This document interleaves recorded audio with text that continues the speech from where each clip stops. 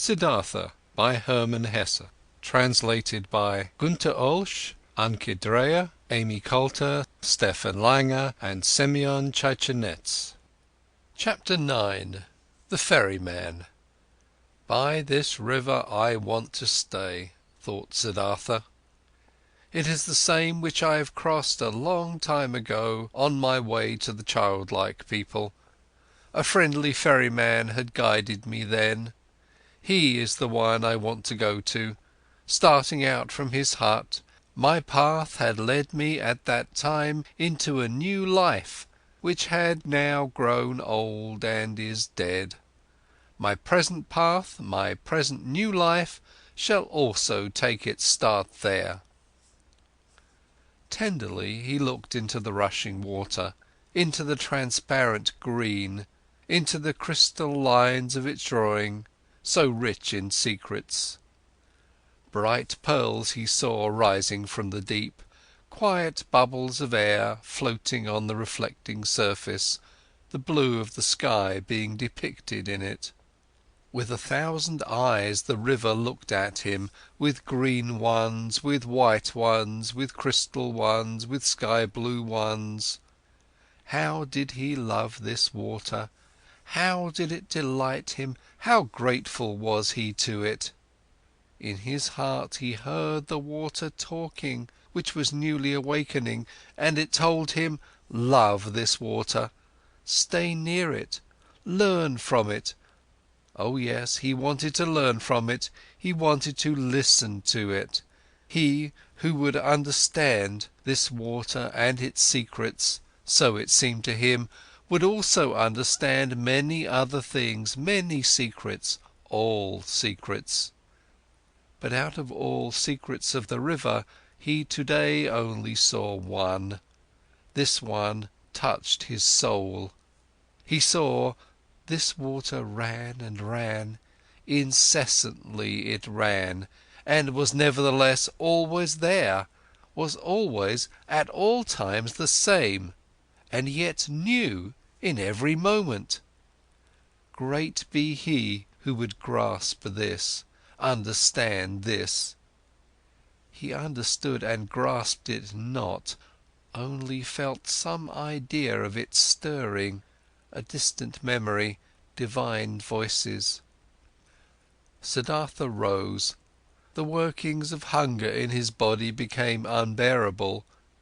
In a daze he walked on, up the path by the river, upriver, listened to the current, listened to the rumbling hunger in his body. When he reached the ferry, the boat was just ready, and the same ferryman who had once transported the young Samana across the river stood in the boat. Siddhartha recognized him. He had also aged very much.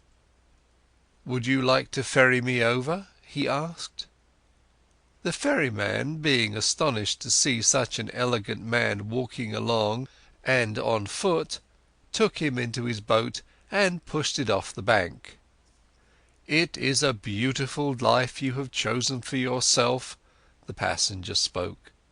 "It must be beautiful to live by this water every day and to cruise on it."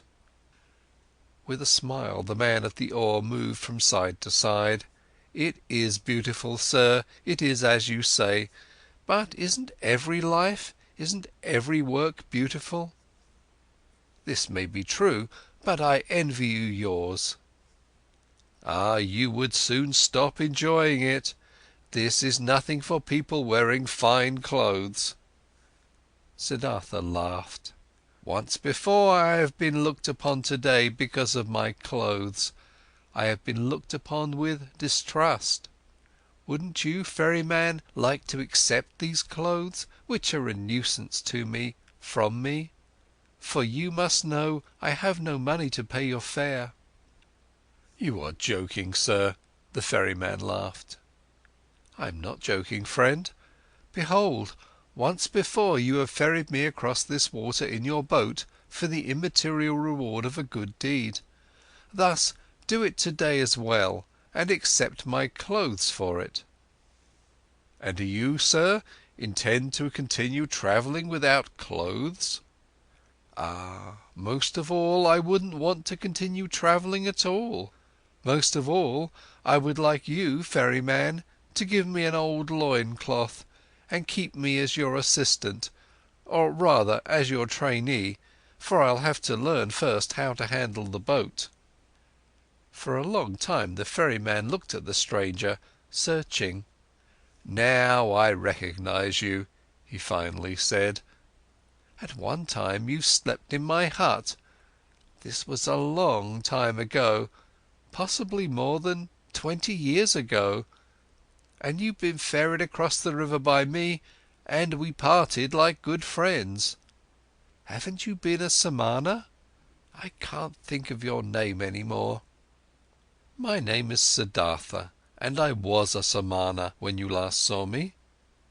"So be welcome, Siddhartha. My name is Vasudeva. You will, so I hope, be my guest today as well and sleep in my hut, and tell me where you're coming from and why these beautiful clothes are such a nuisance to you." They had reached the middle of the river, and Vasudeva pushed the oar with more strength in order to overcome the current. He worked calmly, his eyes fixed on the front of the boat with brawny arms. Siddhartha sat and watched him, and remembered how once before, on that last day of his time as a Samana, love for this man had stirred in his heart. Gratefully he accepted Vasudeva's invitation. When they had reached the bank, he helped him to tie the boat to the stakes. After this, the ferryman asked him to enter the hut, offered him bread and water, and Siddhartha ate with eager pleasure, and also ate with eager pleasure of the mango fruits Vasudeva offered him.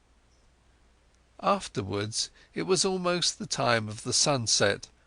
They sat on a log by the bank, and Siddhartha told the ferryman about where he originally had come from and about his life as he had seen it before his eyes today in that hour of despair.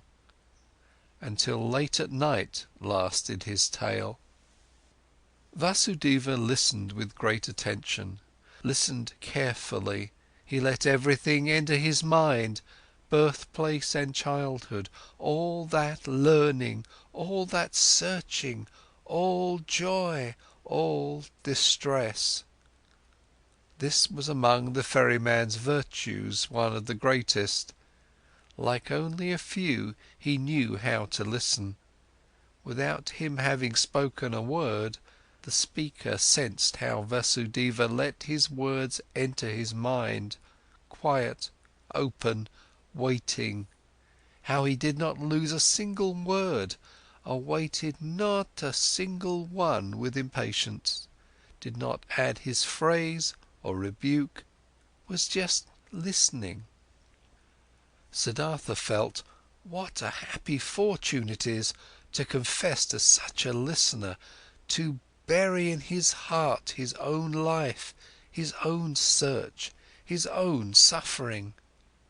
But in the end of Siddhartha's tale, when he spoke of the tree by the river, and of his deep fall, of the holy Om, and how he had felt such a love for the river after his slumber, the ferryman listened with twice the attention, entirely and completely absorbed by it, with his eyes closed. And when Siddhartha fell silent, and a long silence had occurred, then Vasudeva said, "It is as I thought. The river has spoken to you. It is your friend as well. It speaks to you as well. That is good, that is very good. Stay with me, Siddhartha, my friend. I used to have a wife. Her bed was next to mine, but she has died a long time ago. For a long time I have lived alone. Now you shall live with me. There is space and food for both." "I thank you," said Siddhartha. "I thank you and accept.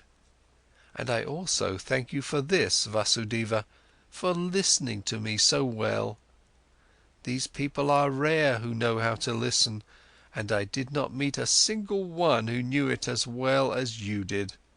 I will also learn in this respect from you."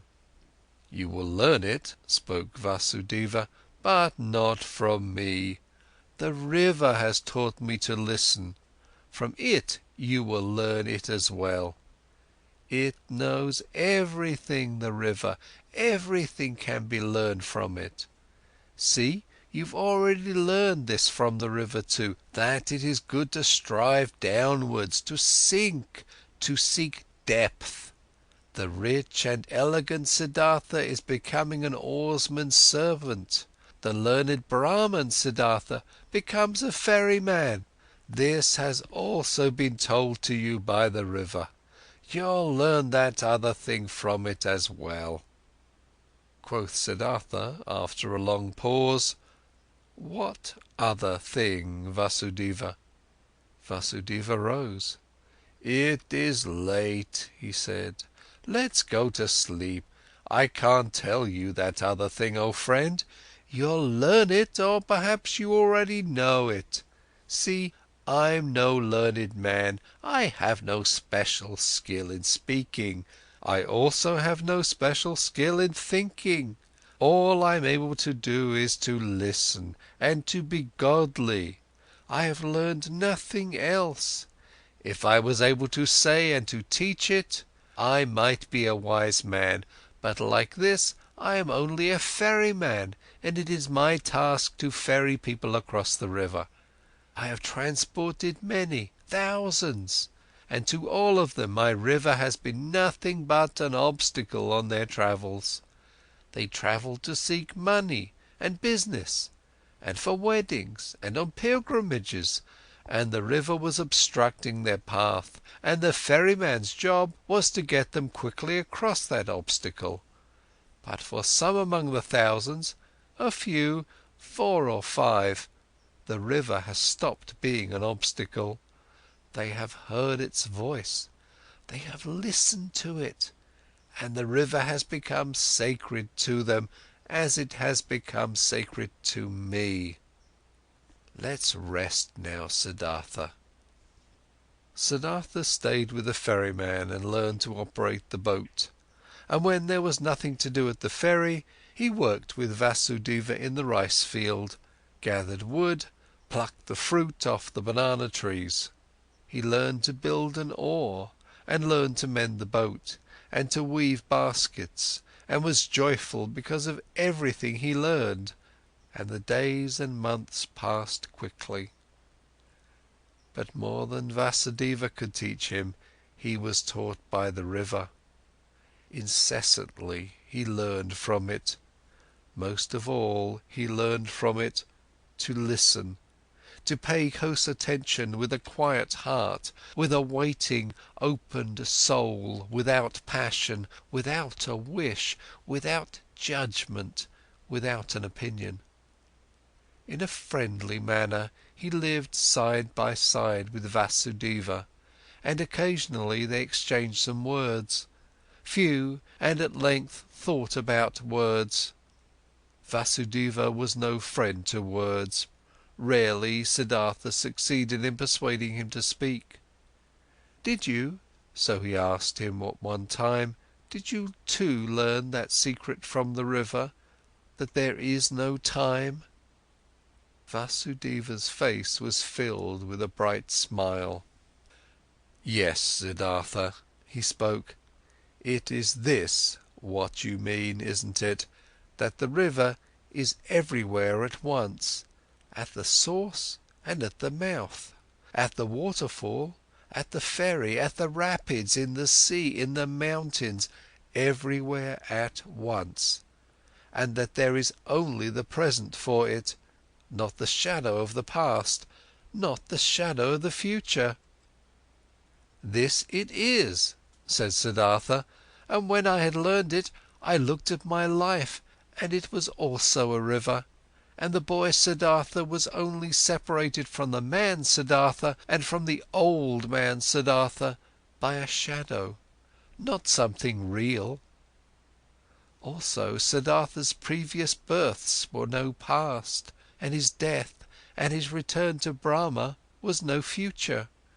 Nothing was, nothing will be, everything is, everything has existence and is present. Siddhartha spoke with ecstasy. Deeply this enlightenment had delighted him. Oh, was not all suffering time?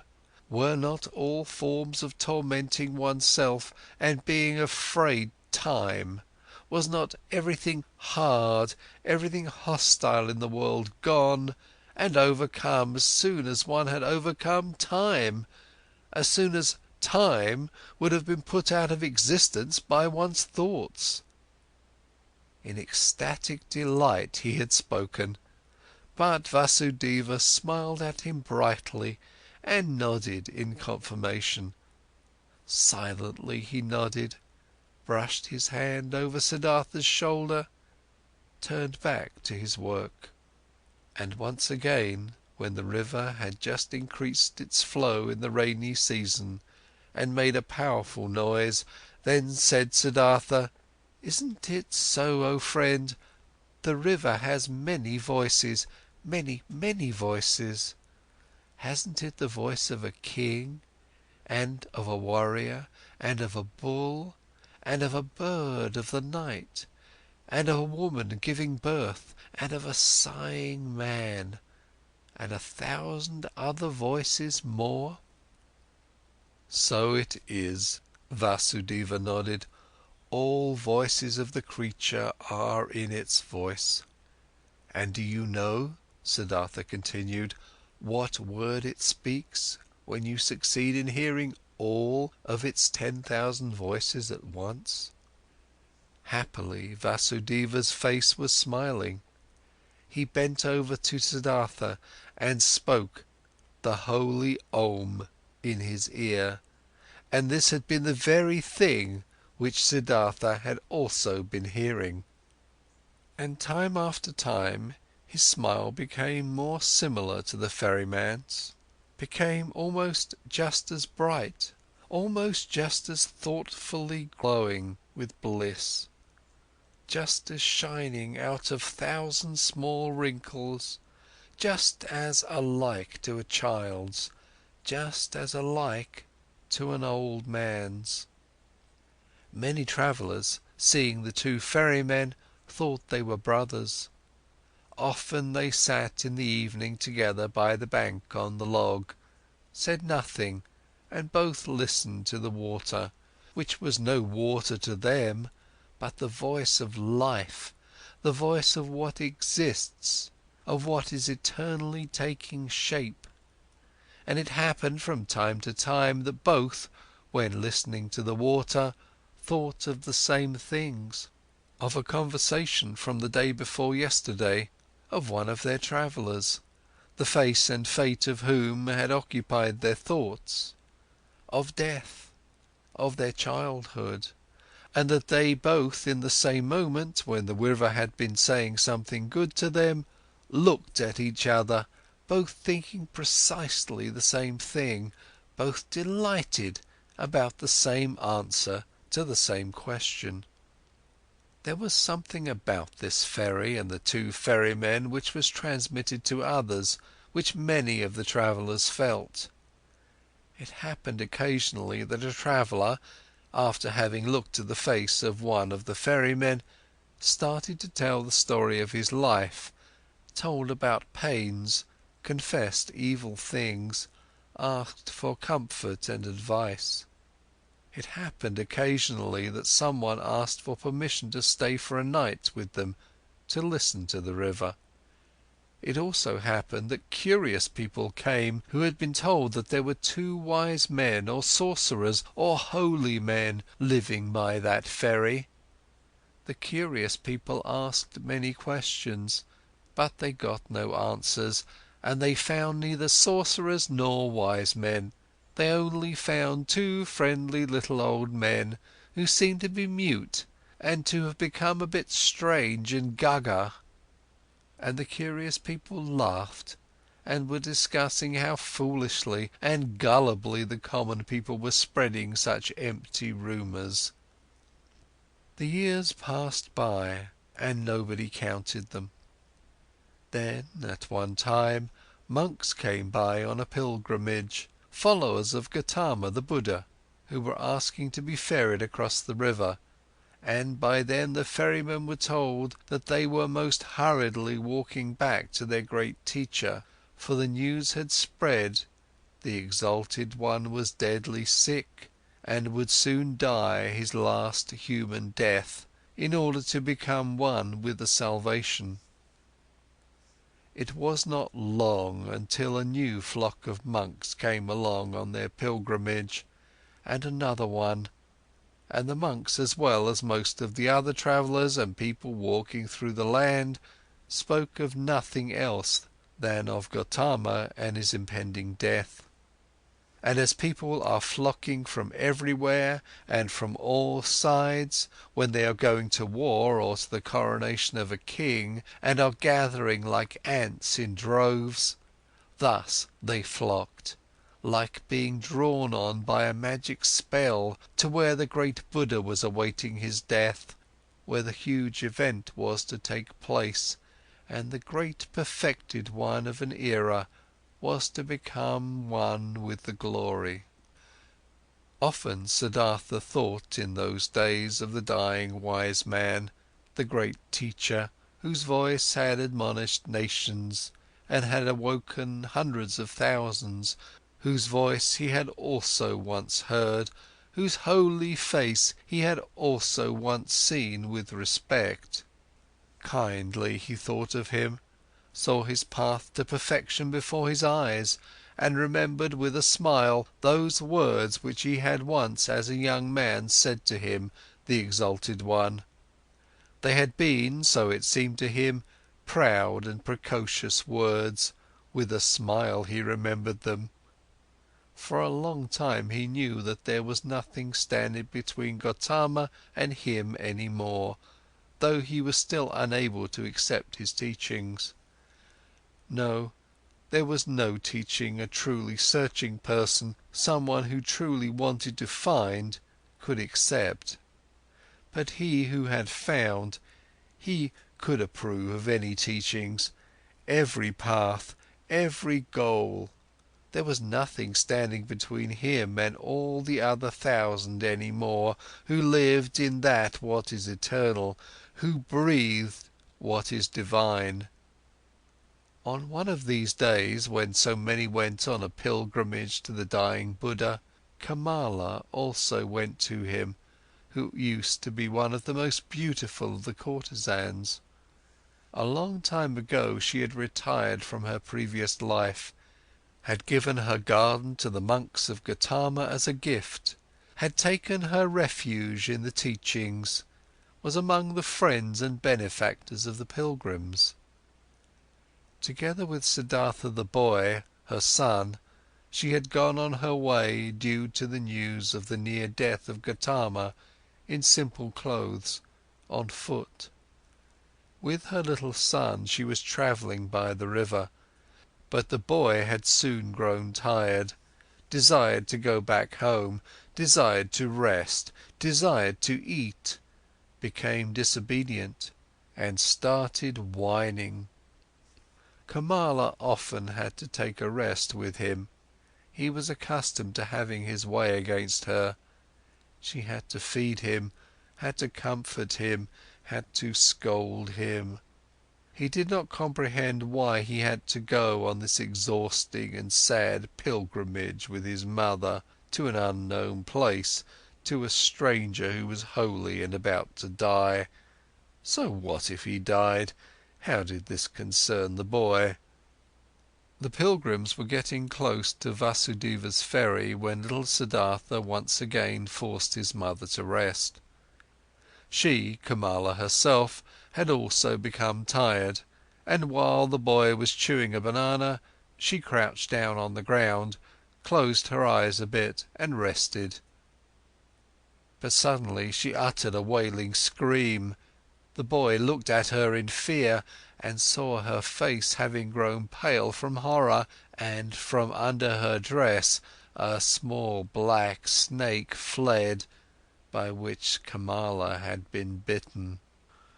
Hurriedly they now both ran along the path, in order to reach people, and got near the ferry.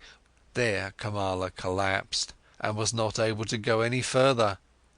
But the boy started crying miserably, only interrupting it to kiss and hug his mother, and she also joined his loud screams for help, until the sound reached Vasudeva's ears, who stood at the ferry. Quickly he came walking, took the woman on his arms, carried her into the boat. The boy ran along, and soon they all reached the hut, where Siddhartha stood by the stove and was just lighting the fire.